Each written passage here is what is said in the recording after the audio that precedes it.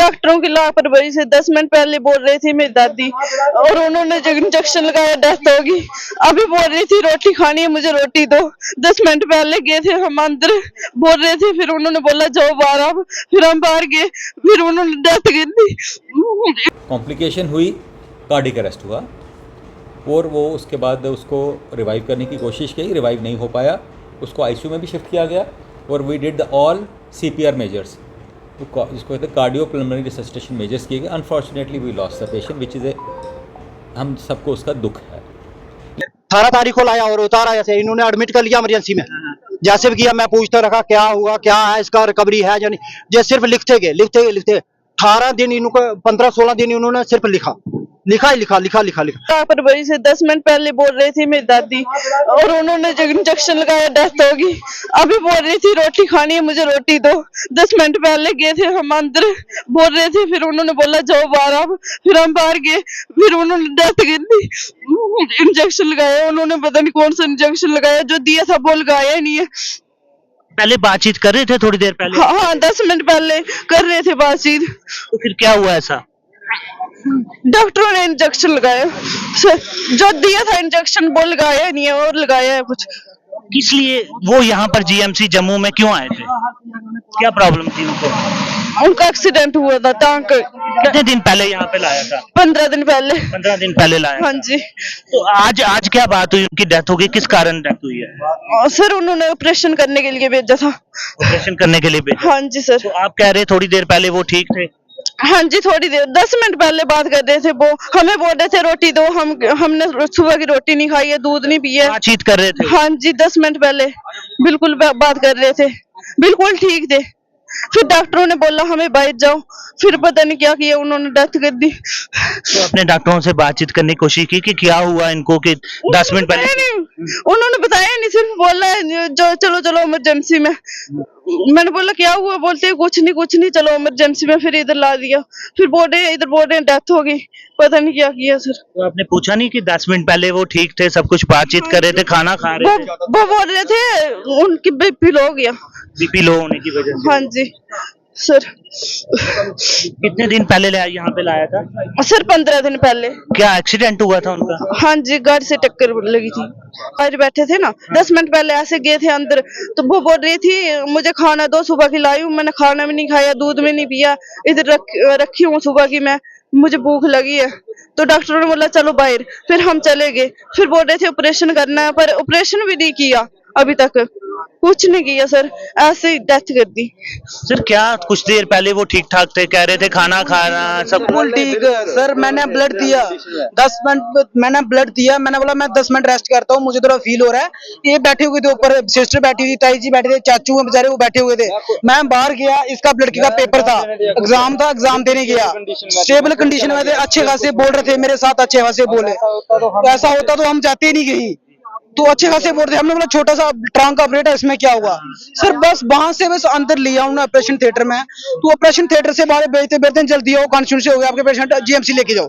Sir ऐसा क्या हो गया? तो GMC लेके जाओ, हमने इधर लाया, उन्होंने डेथ डिक्लेयर कर दी। अब हम यही जानना चाहते हैं कि इन्होंने अंदर क्या ट्रीटमेंट किया कि 10 मिनट में अच्छा खासा पेशेंट जो बोल रहा है वो डेथ डिक्लेयर कर दिया, उन्होंने कैसा ट्रीटमेंट हुआ इनका? कौन से ऑपरेशन थिएटर में आप बात कर रहे हो? ये बोन एंड जॉइंट्स हॉस्पिटल में, जॉइंट हॉस्पिटल है। पहले इधर थे एडमिट, सुबह पहले जहाँ पे एडमिट रहे 15 दिन, जहाँ से उन्होंने शिफ्ट किया ऑपरेट के लिए आज, और ऑपरेट के लिए भी रात को उन्होंने 12-1 बजे बोला कि सुबह आपका ऑपरेट होगा, और ब्लड का भी उन्होंने इमरजेंसी बोल दिया उस टाइम कि आप ब्लड अरेंज करो।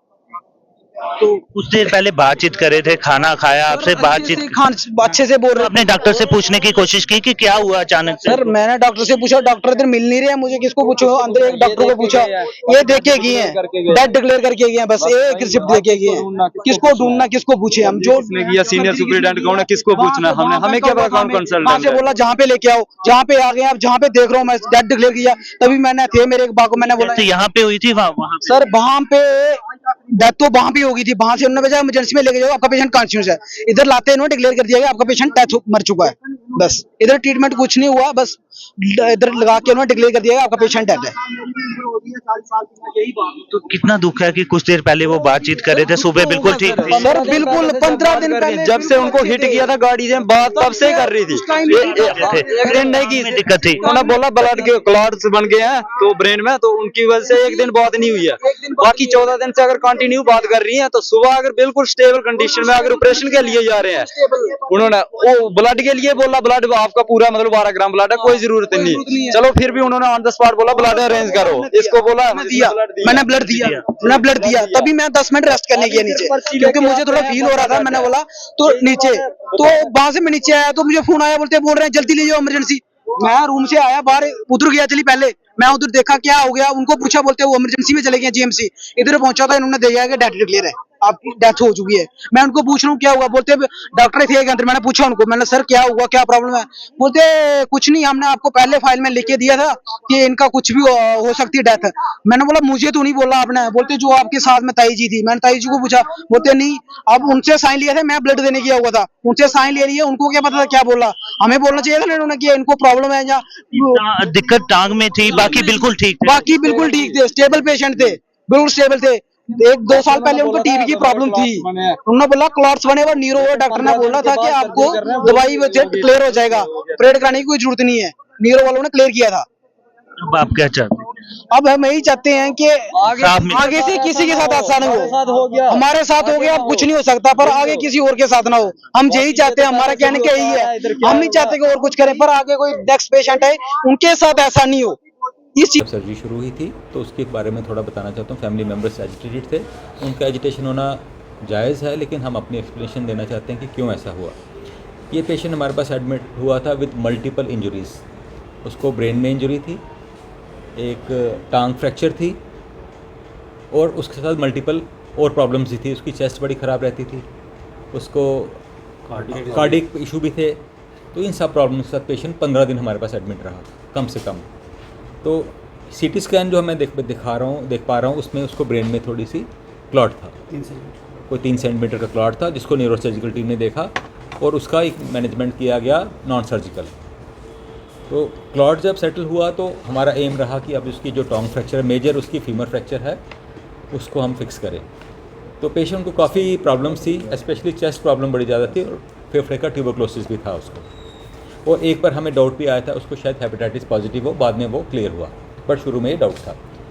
बट कहने का मतलब है patient had presented with multiple comorbidities, और उसको हमने नॉन सर्जिकल ट्रीटमेंट भी सजेस्ट किया था कि उसको ट्रैक्शन लगा देते हैं कि पेशेंट ऐसे सिक होते हैं, इसको ऑपरेशन मैं मानता हूँ जायज़ होता है, लेकिन ऑपरेशन रिस्की होता है। लेकिन फैमिली ने ऑप्ट किया कि हम सर्जरी करवाएंगे, नॉन सर्जिकल ट्रीटमेंट जो फ्रैक्चर का था वो ऑप्ट नहीं किया, उसमें हमारी साइन डॉक्यूमेंट्स पड़े हुए हैं। और मैं इस मरीज़ को एक बार नहीं बार बार मल्टीपल स्पेशलिस्ट ने देखा, कार्डियोलॉजिस्ट ने देखा, गैस्ट्रो वालों ने देखा, क्योंकि इसको हेपेटाइटिस का शक था, चेस्ट फिजिशियन ने देखा। और इनफैक्ट जो फाइल मेरे सामने पड़ी, जिसका आप डेफिनेटली नोट कर सकते हैं, काफ़ी डॉक्टर्स ने बोला patient is having grave prognosis. That means patient का जो प्रोग्नोसिस अच्छा नहीं है, क्योंकि इसको मल्टीपल प्रॉब्लम्स हैं। इनफैक्ट जो हमने 2 तारीख को इनसे जो कंसेंट ली थी सर्जरी की, उसमें भी मैं पढ़ के बोलता हूँ, high risk consent in view of pulmonary tuberculosis, intra operative complications, bleeding का रिस्क, और डॉक्टर ने क्लियर लिखा पुअर प्रोग्नोसिस एक्सप्लेन्ड, और परिवार वालों ने दस्तखत किए। That means they took the chance, they wanted कि सर्जिकल हो जाए, डिस्पाइट कि काफ़ी रिस्क थे। उसके बावजूद भी जो हमारी सर्जिकल टीम थी उस दिन, जो ऑपरेशन थिएटर में 3 सीनियर एनेस्थेटिस्ट थे, एक एसोसिएट प्रोफेसर, 2 असिस्टेंट प्रोफेसर, ये एनेस्थीसिया साइड के थे। सर्जिकल साइड से, ऑर्थोपेडिक साइड से भी सीनियर फैकल्टी मौजूद थी, और रेजिडेंट्स और बाकी स्टाफ तो मौजूद होता ही होता है। लेकिन अनफॉर्चुनेटली जब एनेस्थीसिया शुरू किया गया, पेशेंट को कॉम्प्लिकेशन हुई, कार्डिक अरेस्ट हुआ, और वो उसके बाद उसको रिवाइव करने की कोशिश की, रिवाइव नहीं हो पाया, उसको आईसीयू में भी शिफ्ट किया गया, और we did the all CPR measures, जिसको कहते हैं कार्डियो पल्मोनरी रिससिटेशन मेजर्स किए गए। Unfortunately we lost the patient, which is हम सबको उसका दुख है। लेकिन जो परिवार वालों के एलिगेशंस है कि कहीं पे नेग्लिजेंस बरती गई, तो मैं उसको स्ट्रांगली रिफ्यूट करता हूँ। आई एम वेरी कॉन्फिडेंट कि मेरी जो टीम है सारी, उन सब ने बहुत वर्क हार्ड किया, लेकिन कुछ चीज़ें हमारे बस के बाहर होती हैं। इनफैक्ट आप फाइल देख के बता भी सकते हैं कि मल्टीपल टाइम दो grave prognosis risk was explain to the patient and his attendants. उसके बावजूद भी हमने हार्ड वर्क किया कि पेशेंट की जो टांग है, जब अब ट्रैक्शन लगाएंगे तो पेशेंट बेड पे पड़ा रहेगा, उसकी अपनी प्रॉब्लम्स होती हैं, बेड सोर हो जाते हैं, खाना पीना बंद हो जाता है और पेशेंट रिवाइव नहीं करता। हमने चांस लिया, अनफॉर्चुनेटली पेशेंट रिवाइव नहीं हुआ। तो this is purely A complication of A procedure in view of high risks. इसमें नेग्लिजेंस कहीं भी नहीं है। सर